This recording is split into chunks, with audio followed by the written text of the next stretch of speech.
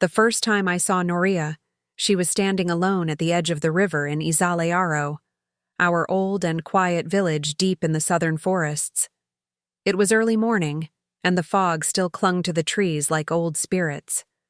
Noria stood still, her bare feet in the wet grass, her eyes staring into the water like she was waiting for something, or someone, to rise. I was carrying a basket of yam roots for my uncle, the village blacksmith, when I saw her. She didn't turn around or even move when I passed her, but something about her presence made the hair on my arms rise. She was just 17, but she carried herself like someone much older, like someone who had seen things they weren't supposed to. In our village, most girls laughed easily, sang while they worked, and played with each other after chores. But Noria was different. She hardly smiled. She didn't mix with the others. The women whispered that she was strange, that she talked to herself sometimes, and that even the birds avoided her compound. But I was new in the village, having come from the northern plains to live with my uncle after my parents died in a flood. I didn't grow up hearing the stories about Noria. To me, she was just interesting, mysterious, and something in her. Silence called to a part of me I didn't know existed. It wasn't long before we started talking. It began slowly. A greeting here, a comment about the weather, a quiet joke. But one day, as we sat beneath the fig tree that grew near the edge of the village, she looked at me and said something that changed everything. Her voice was soft, almost like a whisper. She said, "Do you believe love can exist beyond flesh?" I blinked. "What do you mean?" She didn't answer directly. She looked up at the sky, where birds circled lazily, and said, "My first love." He wasn't human. I laughed a little, thinking it was a joke. What was he then? A spirit? To my surprise, she nodded. Yes, something like that. Not a ghost, not a god, something in between. Something very old. I stared at her, unsure if she was playing with me or telling the truth. Her face was calm, but her eyes were full of storms. "He came to me when I was 15, she said. "I had wandered too far into the forest one evening, chasing a white bird. I found myself in a place I had never seen before. The trees were taller there, and they seemed to lean over me, watching. That's where I met him. He looked like a man, tall, dark, with golden eyes. But he wasn't. I could feel it in my bones. I wanted to say something, maybe laugh, maybe run, but I stayed silent. Her words felt heavy, real, like truth wrapped in a strange skin. He spoke to me," she continued, "not with words, but with thoughts. He said I had crossed into a place I shouldn't have entered. But then he said he had been waiting, that I was the one." Her voice trembled slightly now. "At first, I thought it was a dream. But the next night, I saw him. Again, and the next. He showed me things, memories of forests older than time, animals that spoke in riddles, rivers that flowed backward. I was not afraid. I was home." I sat there, unable to look away. "What happened?" I asked. "I fell in love with him," she said. "Completely. Madly. And he loved me back. But love has rules, and his world was not meant to hold mine." She paused then. The air around us felt colder, like the fig tree itself was listening. "The women in my family, we carry a bloodline that ties us to the old world, the spirit world. My grandmother told me, but I didn't listen. She said if I ever touched that world too deeply, it would never let me go." I swallowed hard. "So, what happened to him?" "I broke a rule," she said, her voice now no more than breath. "I told him my true name. I didn't understand. And that gave him power over me," she whispered. "He could come to me whenever he wanted. in dreams, in shadows, in reflections. And one night, I asked him to stay, and he did. I wanted to ask more, but I suddenly noticed how still the world had become. No wind, no bird song. Even the leaves had stopped moving. I looked at Noria, and for a moment, I thought I saw something flicker in her eyes. Something gold, something not of this world. I looked away, afraid of what I might see if I looked too long. From that day, things began to change. Strange things. At night, I would hear whispers near my window, even though no one was there. The stream behind our compound began to run backward one morning, and when I asked the elders, they just looked at each other and said, "The veil is thin." My uncle, a man of logic and hard work, began lighting herbs at the corners of the house at dusk, and I couldn't stay away from Noria, even when I wanted to, even when I knew something wasn't right. After that day under the fig tree, Noria and I became something more than just two people who talked. It wasn't love, not in the way the village boys whispered about under palm leaves or the way girls giggled about at the riverbank.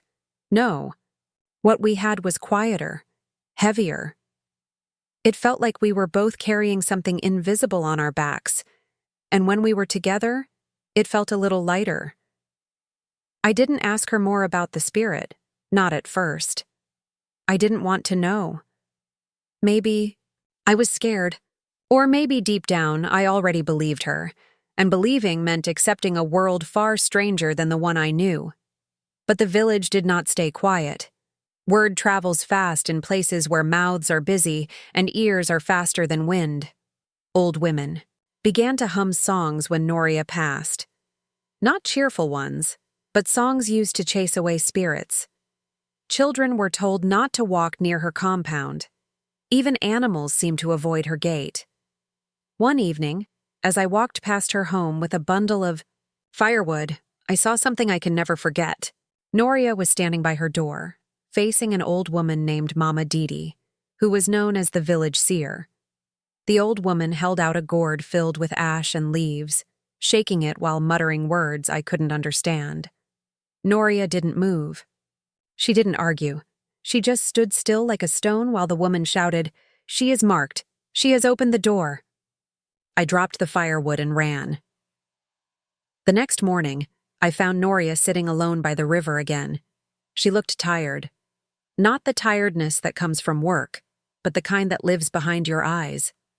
The tiredness of fighting something no one else can see.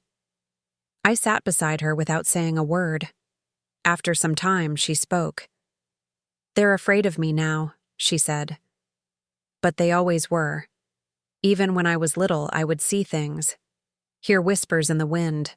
My mother saw them too. That's why she left, or disappeared, or something else." "What do you mean?" I asked.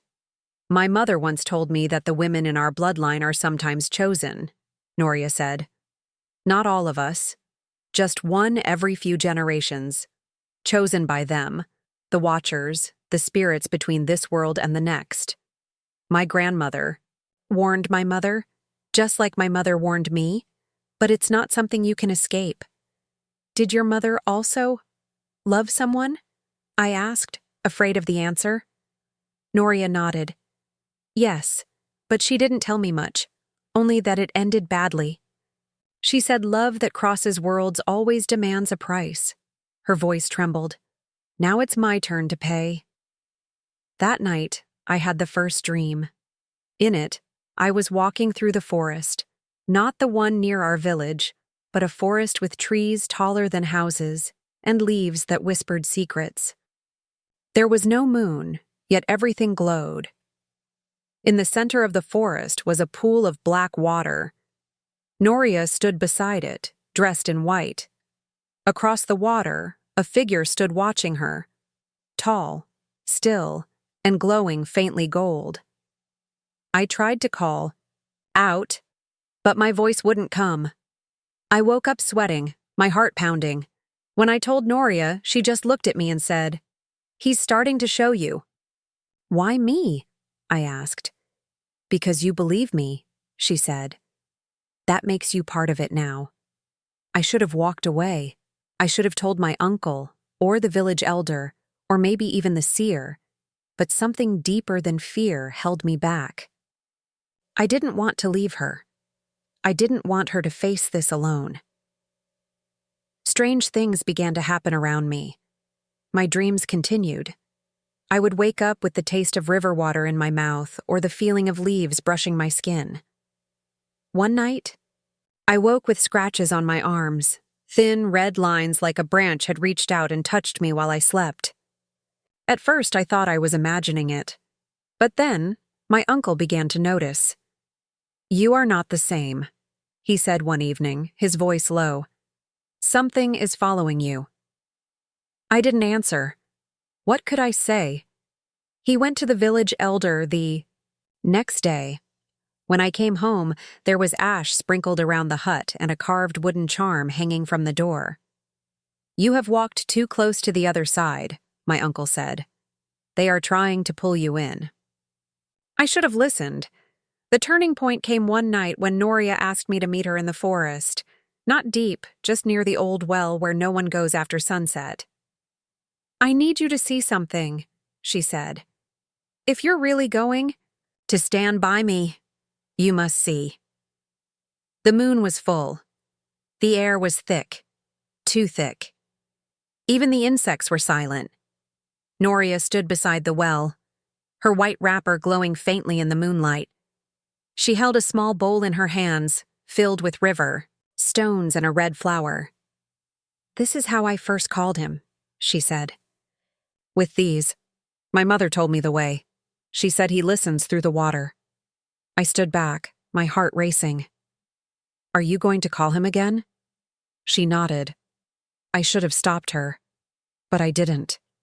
She dropped the stones into the well, one by one, then placed the flower on the surface. For a moment, nothing happened. Then the wind shifted, the air grew cold. The shadows around us began to stretch and twist like living things. And then I heard it, a low humming sound coming from deep within the well. Not a voice, not words, just presence. Noria looked at me.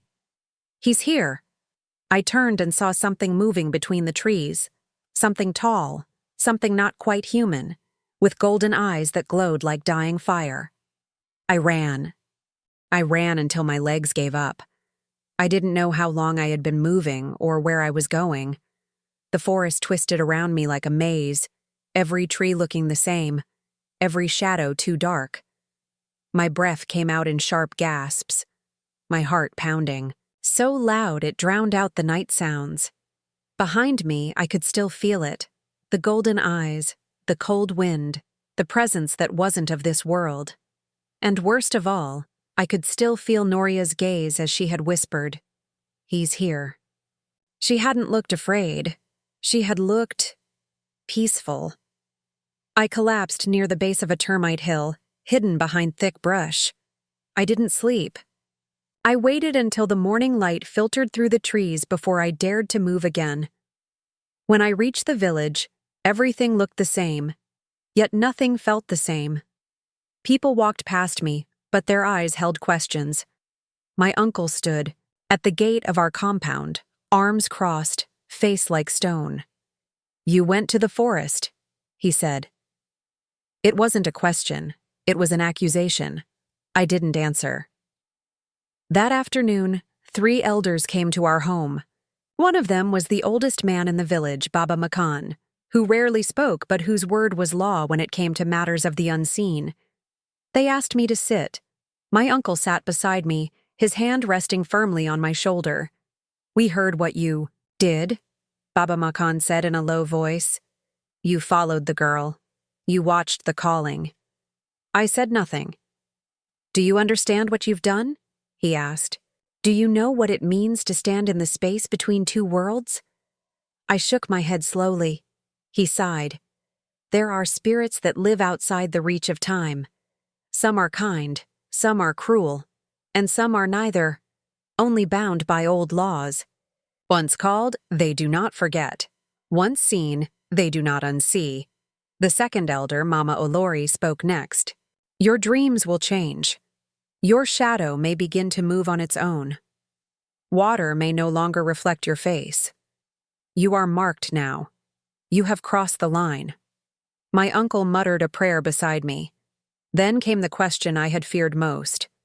Where is the girl now? I didn't know. I hadn't seen Noria since the moment she called him. I had left her there in that dark place, alone with whatever had come from the well. I went to her compound that evening. The gate was open, but no one answered. The cooking pot was cold. The mat on her doorstep had not been moved. I stepped inside, something I had never done before, and called her name. The silence was thick. I walked through the house, every part of me screaming that I should leave. In her room, I found a bowl of stones, a dried red flower, and a small cloth, pouch tied with black thread. Curious, I untied it. Inside was a piece of folded paper, old, yellowed, soft with age. On it, written in her handwriting, were just 4 words. I will not forget. That night, the dreams returned. But this time, they weren't only dreams. I found myself standing at the edge of the forest. I could hear drums in the distance, slow, steady, like a heartbeat. Before me stood Noria, her skin glowing with a light I had never seen before. She wore a crown of river flowers and her eyes shimmered with something more than tears. Behind her, the golden-eyed figure waited. Taller than before, clearer now, almost human but not quite. His arms were long, his skin the color of dark. Water, his mouth unreadable. He wants something, Noria said softly. You opened your heart. You believed me. That made you part of the bond. What bond? I asked, terrified. The bond between memory and spirit, she said, between what is seen and what is kept secret. Now, he cannot return without a gift. I felt my knees grow weak. What kind of gift? She didn't answer. I woke up with tears on my face and sand in my hair, though I had never left my bed. My uncle stood in the doorway, watching me. You need to go to the old shrine, he said. You must speak to the griot. The griot, Auntie Yele, was not someone people visited lightly. She lived in a hut made of stone and iron at the edge of the sacred hill, surrounded by carved statues and bowls of bones. They said she could see through the eyes of ancestors. She listened without interrupting as I told her everything, about Noria, about the spirit, about the calling at the well. When I finished, she looked at me with eyes that were far older than her face. You were not chosen, she said, but you believed, and that made you vulnerable. Can I undo it? I asked. She shook her head slowly. No, but you can bargain. If he has not yet taken something, you can offer something else. Taken what? I asked. She didn't reply. Instead, she handed me a small mirror made of bone and wood. Look, I tilted it toward myself. I saw my face. But behind me, standing very still, was Noria. I dropped the mirror with a cry and spun around. There was no one there, but I knew then. Noria was no longer with us in the way she used to be. Something had been taken, something had been given. Days passed, but I could no longer tell the difference between waking and dreaming. Noria was everywhere, and yet nowhere. I would see her reflection in the river, but when I turned around, there was only wind. I would hear her voice calling my name in the rustle of banana leaves. At times, I even smelled the red flower she always carried, soft and sweet, like memory itself. But no one else saw her. Not the children, not the elders, not even my uncle, who now burned incense in every corner of our home. Your spirit is shifting, he said one morning. You don't walk like yourself anymore. I said nothing. What could I say? That I had fallen in love with a girl whose first love wasn't human, and that now something beyond understanding was calling. Me too. One night, as I sat alone near the edge of the village, Auntie Yele, the griot, came to me again. She moved slowly, but her presence was strong, like an old tree with roots in many lifetimes. She carried a gourd in one hand and a carved staff in the other. She sat beside me without a word, stared at the moon, and then said, "There is still one thing left to do." "What is it?" I asked, my voice dry. "You must enter the place where her love was born," she said.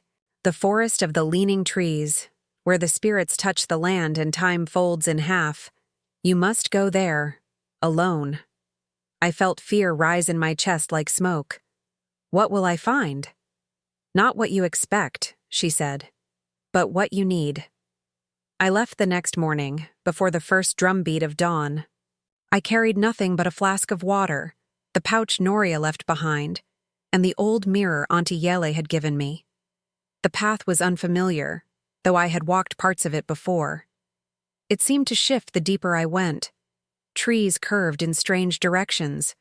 Roots shaped like hands reached across the trail, and the air grew still, too still, like even the insects were holding their breath. When I reached the clearing with the old well, I stopped. The stones around it were now cracked, covered in vines. The red flower that Noria had dropped weeks ago had not wilted. It looked fresh, alive, glowing faintly in the shadows. I sat beside the well and closed my eyes. And that's when I heard it. Not a sound exactly, but a presence. Like someone standing just behind me. My heart beat so loudly I thought it might burst. I turned, slowly. There he was. The spirit. Noria's first love. He was taller than I remembered. His skin was still dark like river rock, but his eyes now burned. Not gold, but red, like dying embers. His face was not angry, nor kind. It was unreadable. He stepped closer, and the ground beneath him didn't make a sound. He did not speak, yet I heard his voice.